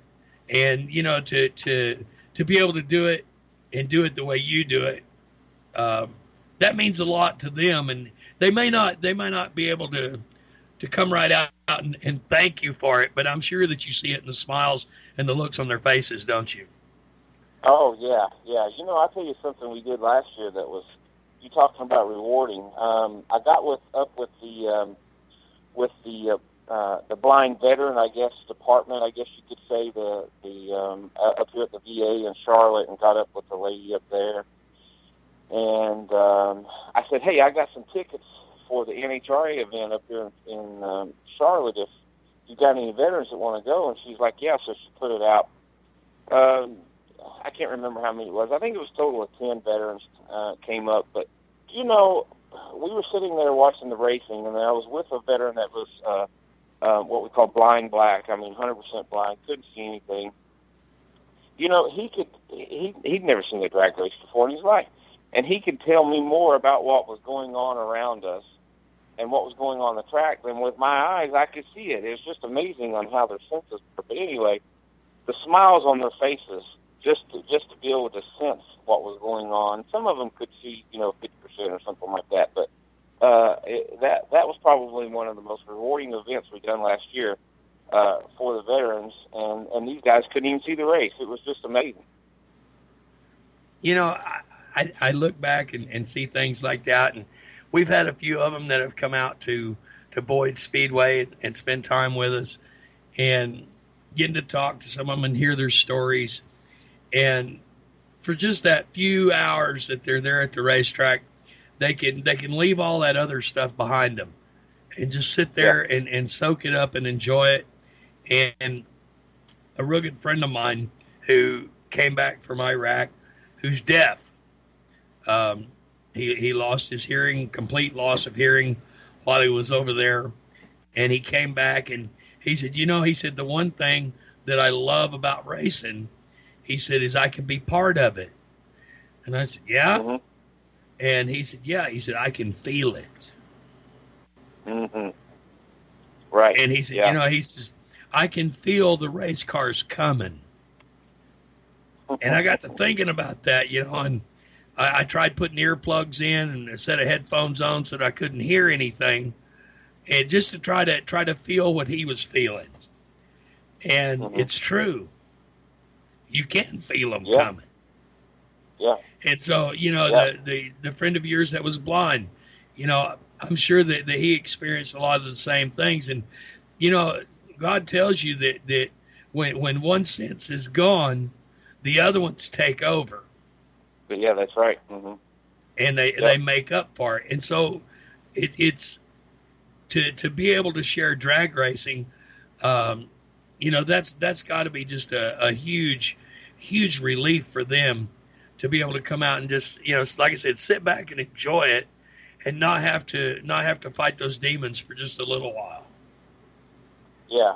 We've had several of the veterans come through our program and tell us, we've got one guy up in Tennessee that went and started his own program, and now he helps veterans, and this guy's 100% disabled, and now he's, he struggles every day with his health. He struggles every day with the energy to be able to do things, but he gets out there every single day and is now helping veterans because of our program. So things like that make you feel so good. We have a disabled Vietnam veteran who is now our crew chief.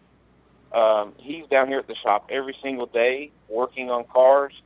And matter of fact, he's probably the glue that holds us together. I mean, that guy's been building cars and restoring cars for 50 years, and he teaches us something every single day. So that's what gives him the joy, and to be able to come down and teach us to do those things. And, he told me one time, he said, all I ever thought about was just dying, I just was this, and now I've got, purpose in my life, and so now I've got something I can do. So all those things are just so rewarding for us, and it makes us feel good that we can do those things for those guys. I think that one of the things that really hits home with me is, I remember when I was younger, a lot of Vietnam veterans coming home. And when they came home, they didn't come home to a warm welcome. No. They came home to name calling and abuse and just about everything else, and all because they were doing a job that they chose to do. And that's defend our country. And to see that and to see the way they were treated, and then to see the way we're treating some of our veterans today, you know, it's like we learned from history. You know, we learned that we screwed the Vietnam veterans in the way that we treated them when they come back. And now we're trying to, I won't say make amends, but we're trying to do better than we done when they came home. You see what I'm saying? No, I do. I get it. Yep. You know, 9/11 had a lot to do with that too. When that happened, you notice, you remember back to seeing a lot of a big change in the country. A lot of the patriotism in the country changed when 9/11 happened too. And I think because it wasn't like it was when you and I served, like it is today too. And looking back, I think it's some of the biggest blessings that I've gotten in my life have been the ones that were completely unintended. Right.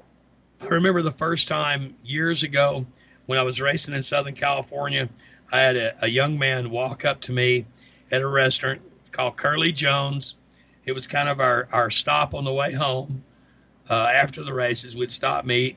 I'm sitting there eating, and this little boy walks up to me, and he says, "Don't you drive the 309 car?" And I said, "Yes, sir, I sure do." And he pulled out a pencil and a piece of paper, and he said, "Could I please have your autograph?" Right. Look, Jeff, I'll never, ever forget that. Yeah.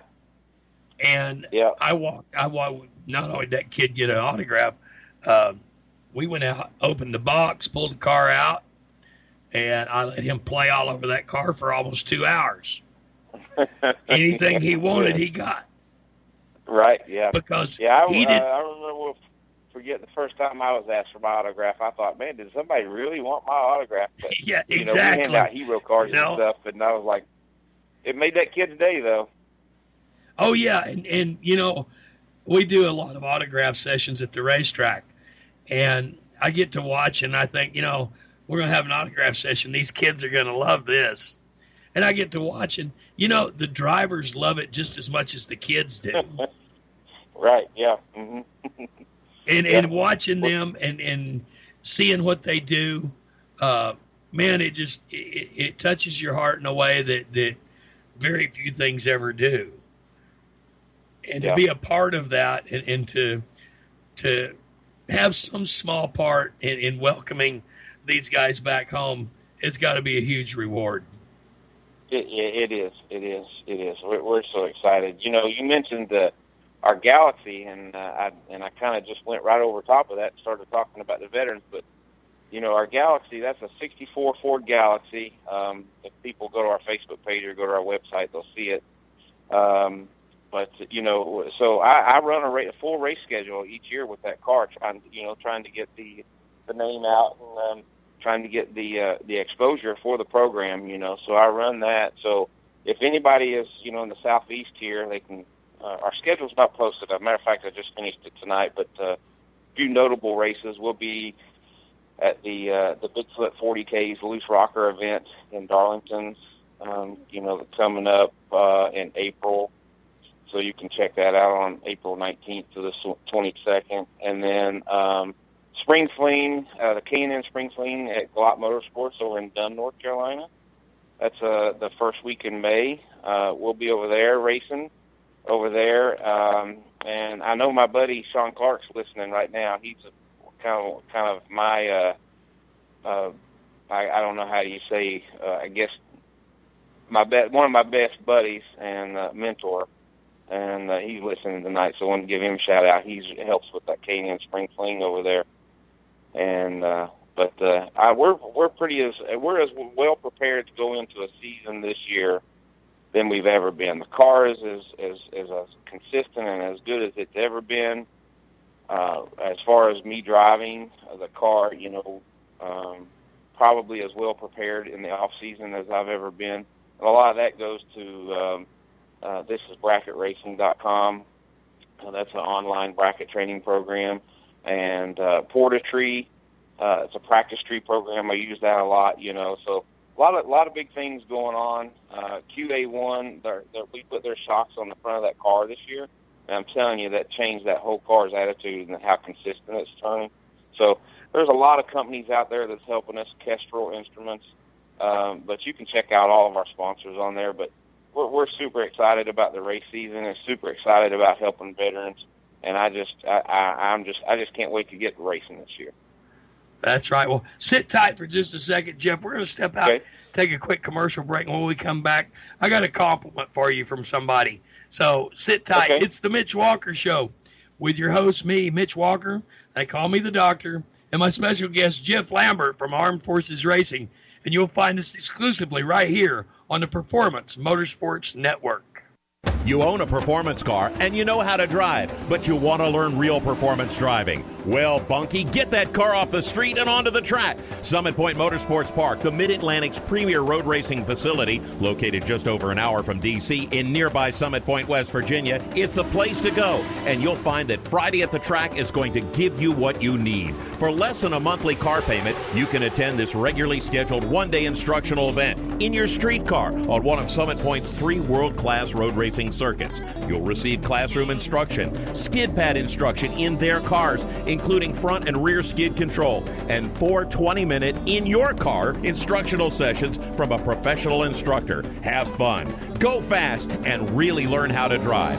Call 304-725-8444 for class schedules and details. That's 304-725-8444. Friday at the Track at Summit Point Motorsports Park.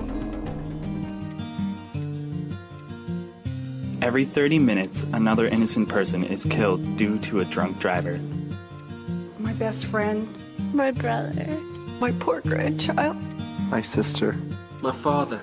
My husband. My mom.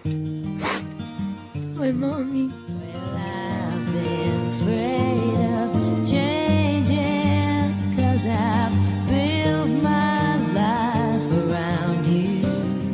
Stop these tragedies before they happen. Don't drink and drive. The Performance Motorsports Network is a compilation of shows about motorsports. From technical to controversial to just fun, everything you like about racing and gearhead stuff is right here on one internet channel. The Performance Motorsports Network. Tell your friends about it.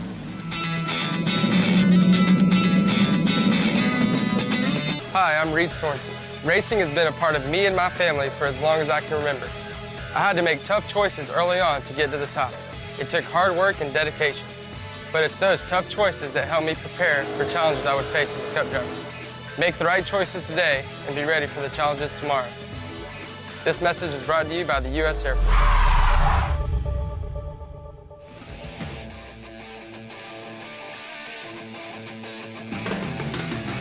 Covering the entire field from the back markers to the race winner every weekend. It's the Mitch Walker Show. And now, back to the Doctor. All right. Joining me on my show tonight from Armed Forces Racing, we have Jeff Lambert sitting in with us. Now, Jeff, I know that right before break we were talking about some of your sponsors and your Galaxy. I just want you to know that, here at Performance Motorsports Network, we have some of the best producers around. And my producer, Bill, just said that that's one of the prettiest cars. He said, my favorite all-time car. Nice. So he's over there in your neighborhood, so you may have to. He may come track you down over at one of the events out there, so you might want to watch for him. Yeah, well, I tell you, make sure and stop by. I got a poster for him. I'll give him a poster of the car. There you go, Billy. He got you a poster for you. But now he said he's on his way. Jeff, I know that racing is one of those things. It's one of those diseases that there is no cure for. How did you get started in racing? Oh boy. Okay, so I'll try to make this story short. But basically, what happened was I was working out of town and going home on the weekends. And one weekend, I just decided to stay in town and didn't go home. And of course, my wife wasn't happy about that, and she not been happy about it ever since, because that was the reason why I got into racing. Now it's cost us even more money, right? But but anyway, I just didn't go home, and so I went to a drag strip and said I'll go down to the race. And so I just pulled my truck up against the fence and set a cooler up in a chair and fixed a sandwich and sat there and had lunch and just started watching it. Man, I mean, within minutes I was just hooked. I just couldn't get enough of it. So I ran into a guy by the name of Steve Foley. Steve Foley, if anybody's listening in the bracket world, knows that Steve Foley is one of the best foot brake racers in the country. But he was there. Of course, I didn't know that he was the best, but I just walked up to him and he started answering some of my questions, and I just got hooked. And so it took me 3 years to build that Galaxy. That was in 2002. I bought that Galaxy for $300 out of a junkyard, and it was a rust bucket. And so every single day, every single Saturday, I was at that fence watching racing while I worked on the car the other 6 days of the week till I got it built. And it was I was just hooked from then on. I just couldn't get away from it. Well, I know racing is one of those things. My start came pretty much the same way. I grew up right here in North Georgia around racing, mostly dirt track, and joined the Navy. And I was stationed at Seal Beach Weapons Station in Southern California. And we were sitting there one Saturday night, and one of my buddies says, "Hey, come on, let's go." I said, "Where are we going?" He said, "We're going to the races." I said, "What kind of races?" He said, "Dirt track." I'm thinking, they got a dirt track in Southern California? Really? And we went to Ascot Park. And I seen sprint cars for the first time. And I said, "Yep, you got to have me one of them." Well, when I discharged out, the Navy gave me a nice big check to move back home on. And that check went and paid for a race car. And wound up staying out there 16 years. But it was once I seen it, like you, I couldn't get enough. And slowly, surely, I had to try my hand at it and went at it wide open, and we had a big old time, and wound up giving up racing for taking pictures. And then they stuck a microphone in my hand one night and said, "The announcer's house burnt down. You're our announcer tonight." And that was 7 years ago. And I've been announcing ever since. And it's just it's my way of giving back to racing, and then doing the radio show that we've been doing for going on 5 years now. It's just a way of helping the little guy. And that's what I like to do, is help the little guy who's out helping somebody else like you are. Now, Jeff, I know that you've been racing, you're running. We lost Jeff in there, but I tell you what I'm going to do. I had planned on doing this earlier in the show. I wrote something, and you can find it on racefansforever.org. Just look for me. This is on Cleveland Speedway, and I'm going to read it as it is, and then we'll get Jeff back on here. For the past few years, the local racetrack has been through a roller coaster ride. Cleveland Speedway in Cleveland, Tennessee, was once owned by the legendary Joe Lee Johnson, winner of the inaugural World 600 in 1960. Joe Lee put his heart and soul into Cleveland Speedway over the years until cancer took him away from us in 2005. Many fans have flowed through the stands at Cleveland Speedway over the years, as did drivers. Legends of the sport raced here. Drivers like the Fryer brothers, Ronnie Johnson, Scott Blomqvist, Skip Arp, Dale McDowell. The list goes on, of drivers who raced and won at the famed dirt track. A couple of years ago, the track went into bankruptcy and was bought out by two investors who poured lots of money into the racetrack to bring it up to date, to make it raceable again. While the two owners didn't actually understand racing, they knew what it meant to the people of the area, and they went out on a limb to try to save it. The new owners brought in a team to run the track and see if it could be a viable income for a return on their investment. At first it was. A huge grand reopening, lots of fans and cars turned out to a packed house. It was great that Cleveland was back open again. Then the news seemed to wear off and the car count dropped. Then the fan count dropped. It still struggled to keep the gates open. Despite the heroic efforts of Mike and Teresa Simmons and the team that they had put together, again the track closed. It was put up for sale.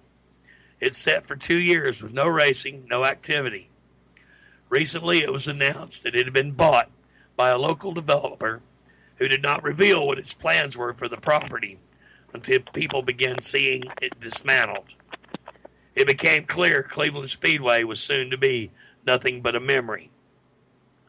Once the word got out about the sale, everybody on social media began to talk about what should have been and how they had hoped it would be saved, talking about the great memories made at the legendary track.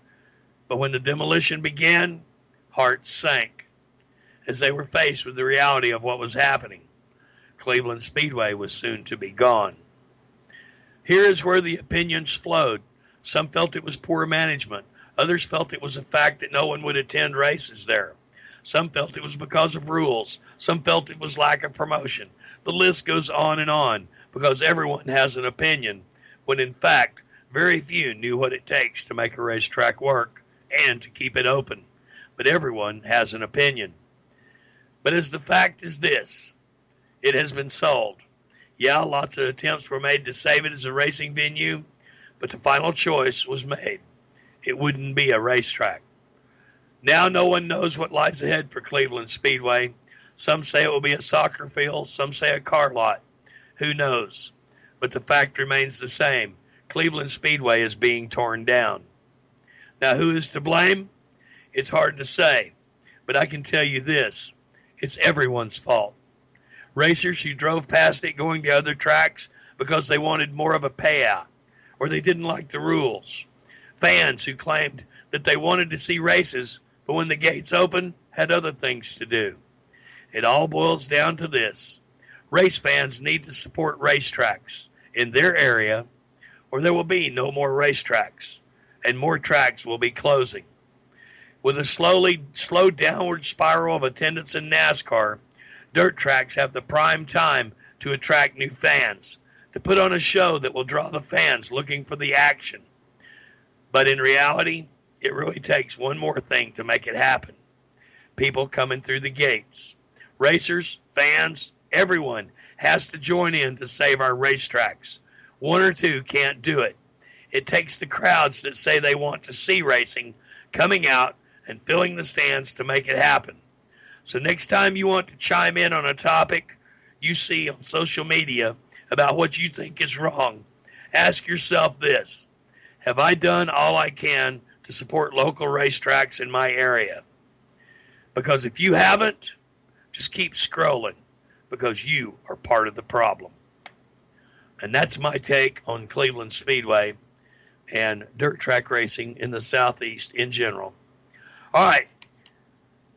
Got just a few minutes. I want to get Jeff back in here. We had a technical glitch there, but we got him back. Jeff, we got storms all over the place, man. I hope you're safe up there where you're at. Yeah, we're doing good. All right. Now, one real quick, we're up against our last break. We're going to have to go. Let us hear about all your sponsors that help make this possible. Yeah, sure. So, I mentioned QA1, Portatree. This is BracketRacing.com.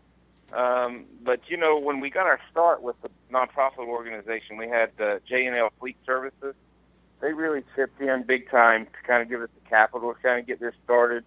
Another company called Genpack, they're a food service packaging company. If you've ever eaten off of a food truck or at McDonald's or some of the other fast food restaurants, you've used their product and didn't even know it. Mentioned Portatree Kestrel Instruments. That's our weather station that we use to depict or predict our run. From this is BracketRacingElite.com. He really kind of helped us in the sponsorship world. kind of got us set up with K&N filters, and then Luke Siebert from Siebert Performance. And I'd like to plug right now, Luke builds the engines and builds and tunes carburetors from Siebert Performance, but what he did for us was super special. He donated the carburetor to one of our veterans' cars that we're building, and then he made it a special edition. So if anybody's looking for a carburetor, whether or not it's for a street car or a street strip car or a full-out performance carburetor, give Luke a call and tell him you want the Armed Forces Racing Edition, because for every carburetor that he builds, it's an Armed Forces Racing Edition. He sends some of that proceeds to us to help us out. So ask you definitely if you do that. And then we have Jag, Mickey Thompson Tires, and Jiffy Type Motorsports provides all of our fittings for all of our cars. And I think I got them all. Sweet. What's your fastest time with the Galaxy? 99. So we run 8-mile races. The Galaxy runs fastest time it's ever ran. It's hit 99 miles an hour at 6.81 seconds. And it weighs what? It weighs 3,600 pounds. So it's a heavy car. And we're running a big block Ford in it with a 3-speed, a big old heavy 3-speed C6 transmission. So you know, but that car is a full metal bodied car, except for the hood and the front bumper. The hood's a teardrop fiberglass hood, and the front bumper's fiberglass. The rest of that car is still all metal too. So well, Jeff, it does pretty good for a big old heavy car. That's getting it for a 3,600-pound car. And my hat's off to you for all that you do for our veterans and for racing. Best of luck to you this year, and we'll stay in touch, and I'm going to be following you, and we'll get you back on a little bit later on. Maybe get one of your other drivers on. Yeah, that'd work. And if I could say one more thing, if anybody would like Sure. to donate to the project, you can go to our armedforcesracing.org donation page and donate right there. I promise you every bit of that helps, and it helps us build these cars. It's all for a great cause. Thanks Yes, so sir. much, Thank you, Jeff, for sitting in with us, and best of luck to you this year. All right, thank you, buddy. Have a good day. Jeff Lambert from Armed Forces Racing. Check them out on their Facebook page, Armed Forces Racing, and check out their website. It's on their page as well. Well, that wraps it up for another night. Man, I want to thank all of our guests that came on tonight. Kathy Coulter, Josh Walker, Keith Harris for talking to us about shifting gears, and Jeff Lambert with Armed Forces Racing. All great people doing great things, and look forward to seeing everybody at a racetrack somewhere this weekend. Don't forget, Boyd Speedway this Friday night. We got a concert. We've got Lucas Oil guys in town, and it's just going to kick off the month of April. We're going to be wide open racing all month long, so come on out, be a part of it, and check out our Facebook page, Boyd Speedway, and check out my Facebook page, and make sure you hit the like and the share button on the Mitch Walker Show page. It's that time. We're out of here. I want to remind everybody of two things. Number one, take somebody racing with you this weekend. Make it a kid, an adult, it don't matter. Take somebody that's never been. Create a new fan this weekend. And the second thing, you can't change the whole world, but you can change just one life. My name's Mitch Walker. They call me the Doctor, and you'll find me here every Monday night exclusively on the Performance Motorsports Network. See ya. Y'all ready for this? You've been listening to The Mitch Walker Show on the Performance Motorsports Network. Stay tuned to Performance Motorsports Network for more race talk. For the latest motorsports news, visit racechaseronline.com. The Mitch Walker Show is a copyrighted production of the Performance Motorsports Network. www.performancemotorsportsnetwork.com. A member of the Scorpion Radio Group Incorporated, and may not be rebroadcast, replicated, or saved in any media without the explicit written permission of PMN. Check out our Facebook page or our section on the PMN website. website. The opinions expressed on this program are those of the host, co-host, and guests, and do not necessarily reflect those of the management and the ownership of either the Performance Motorsports Network or Scorpion Radio Group Incorporated. The advertisers are marketing partners. Be listening again next week when the Mitch Walker Show returns on Monday night at 9:30 Eastern. Until then, stay tuned for more great motorsports programming on the Performance Motorsports Network.